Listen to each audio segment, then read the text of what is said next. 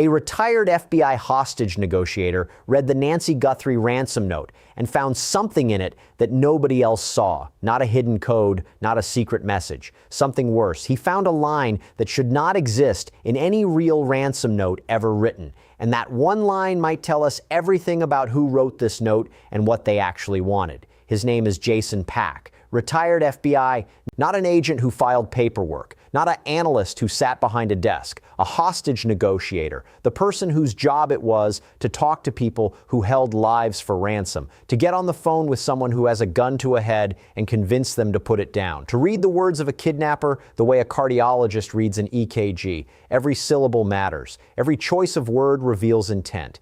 Every structure exposes psychology. This is what Pack was trained to do for a living. And when he read the Nancy Guthrie ransom note, he saw something that made him stop. He called it atypical. That is the word he used. Atypical, not fake, not real. Atypical, which in the language of FBI hostage negotiation means something specific. It means this note does not behave the way ransom notes behave. It deviates from the pattern in a way that matters. And the deviation he identified changes the entire framework of this case. Here is the line, Pack flagged. Read it carefully. You will not be able to contact me from here on out. There will be no negotiation. Read it the way most people read it the first time. It sounds confident. It sounds like a criminal who is in control. Someone who is setting the terms and shutting down discussion. Someone who does not want to bargain. Someone who is saying, these are the rules, follow them or else. That is how it reads on the surface. That is how most of the public read it when the note was revealed on July 23rd.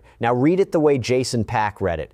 Through the eyes of a man who has spent his career studying what real kidnappers do when they want money. And suddenly the same words sound completely different. Because here is the thing about real kidnappers. Real kidnappers need to talk to you. That is not optional. It is structural. If you are holding someone for ransom, you have to maintain a communication channel. You need it to confirm the payment has been made. You need it to arrange the location for the exchange. You need it to verify that the money is real before you release the victim. You need it to send instructions for the drop. You need it to answer questions from the family. You need it to provide proof of life. Every single step of a ransom exchange requires back and forth communication. Without it, the exchange cannot happen. A ransom note that says, you will not be able to contact me from here on out, is a ransom note that makes collecting the ransom impossible. Think about that. The author is cutting the very channel they would need to get paid. They are slamming the door they would need to walk through to collect $4 million.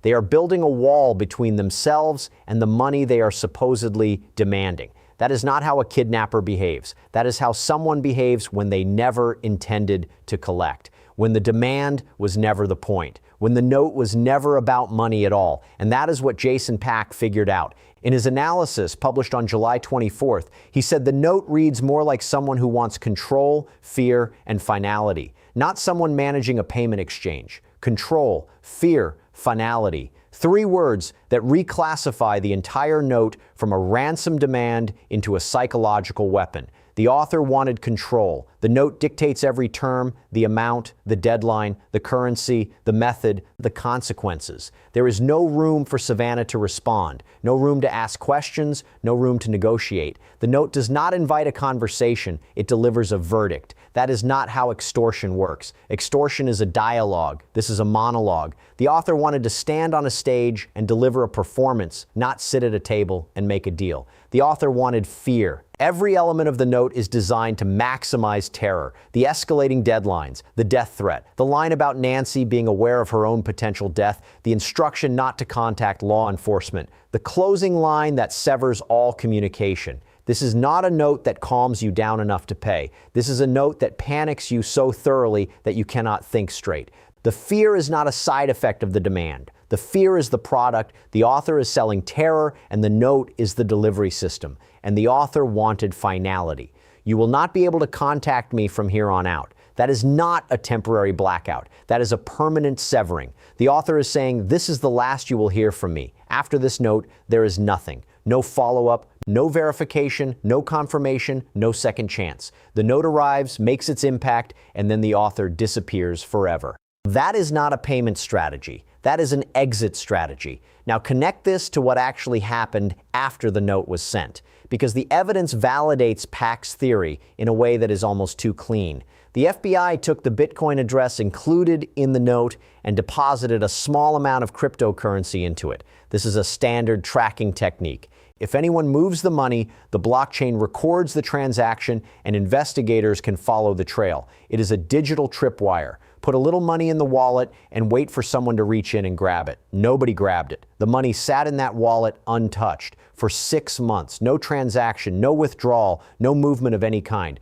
The wallet might as well have been abandoned the day it was created. If this were a real ransom attempt, the author would have checked that wallet, they would have monitored it, they would have sent another message asking why the payment had not been made in full. They would have adjusted the deadline. They would have threatened again. They would have done something, anything, to move the process toward collection. Instead, they did nothing. Absolute nothing. The kind of nothing that only makes sense if you never wanted the money in the first place. And there was no follow-up communication. None. The note said there would be no further contact, and there was no further contact. The FBI waited, the family waited, the public waited. For 6 months, everyone waited for the next message, the next demand, the next clue, and it never came. The author said they would disappear, and they disappeared. The note was a single detonation, not the first round in a negotiation. Every single piece of evidence from the 6 months since the note arrived supports Jason Pak's reclassification. The untouched Bitcoin wallet, the silence, the absence of any follow-up, the complete disappearance of the author.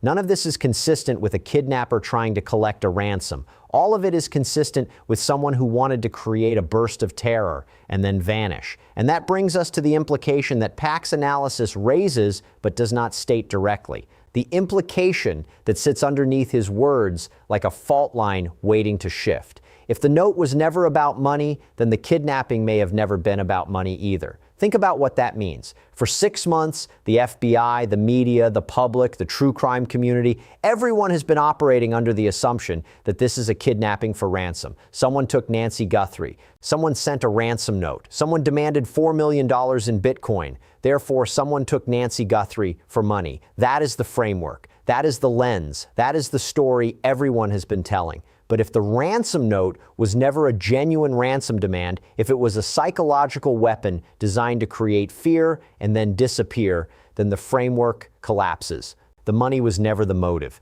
The Bitcoin was never the goal. The deadline was never real. The entire financial structure of the note was a stage set, a prop, something designed to look like a ransom demand so that everyone would interpret the crime as a kidnapping for money. And if the money was not the motive, then what was? What do you call a crime where someone is taken from their home, a ransom note is sent that was never designed to collect a ransom, and then the perpetrator vanishes into permanent silence? What category does that fit into? Because it does not fit into kidnapping for ransom. The evidence does not support that category anymore. Pak did not give this new category a name. He pointed at the evidence and let it speak. But the evidence is pointing somewhere that nobody has been willing to say out loud yet. This might not be a kidnapping for money. This might be something else entirely. Something that uses the language and the structure of a ransom kidnapping as a cover for a completely different purpose. And 6 months into this case, we still do not have a name for what that something else is. The FBI has not reclassified the case publicly. They have not announced a shift in their working theory. They are still investigating, still treating some of the notes as potentially legitimate, still asking the public for tips. But Jason Pak's analysis, published less than 48 hours ago, has put a crack in the foundation of how everyone understands this case. The crack is small. It is a single word, atypical, attached to a single line in a single note. But cracks in foundations have a way of spreading, because once you see the line the way Pak sees it, you cannot unsee it. You will not be able to contact me from here on out. That is not a kidnapper closing a channel. That is a perpetrator announcing an exit. And the 6 months of silence that followed proved it. The author was not waiting for payment. The author was already gone. They left the note behind like a bomb with a timer, and they walked away before it went off. The bomb is still going off. Every time a new detail surfaces, every time a new expert weighs in, every time the case trends again online, the detonation continues. The fear keeps spreading. The control keeps holding. The finality keeps settling over everything like a lid that nobody can lift. control, fear, finality. Jason Pack said those were the real motives, not money, not Bitcoin, not $4 million or $6 million, a psychological explosion that was designed to last far longer than any ransom negotiation ever would. And it has lasted 6 months and counting. The note arrived, did its damage, and the author disappeared. The wallet sits untouched. The phone never rang again. The family is still waiting for an answer that may never come. And the framework that everyone used to understand this case, the framework of kidnapping for ransom, is cracking under the weight of 3 words from a retired negotiator who saw what the rest of us missed. Atypical. 1 word, 1 line, 1 reclassification that might change everything about the Nancy Guthrie case. And the most unsettling part of all is that the person who wrote that line already knew what it meant. They knew no real kidnapper would write it. They knew an expert would eventually catch it, and they wrote it anyway. Because they were not trying to fool the FBI forever. They were just trying to hold control long enough to disappear. And consider this. If Pack is right that the author wanted finality above all else, then the note itself may have been the entire crime. Not a step toward a crime. Not a component of a larger plan. The note was the act. The author wrote it, sent it, and then stepped back to watch the damage spread outward like ripples from a stone dropped into still water. The fear was the product. The chaos was the payment. The silence was the receipt. Everything the public has been interpreting as a failed ransom attempt for 6 months may actually be a completely successful psychological operation that achieved its true objective the moment Savannah Guthrie opened that letter and read the first line. They succeeded. And the silence that followed is not the silence of a kidnapper waiting to collect. It is the silence of someone who already got what they came for.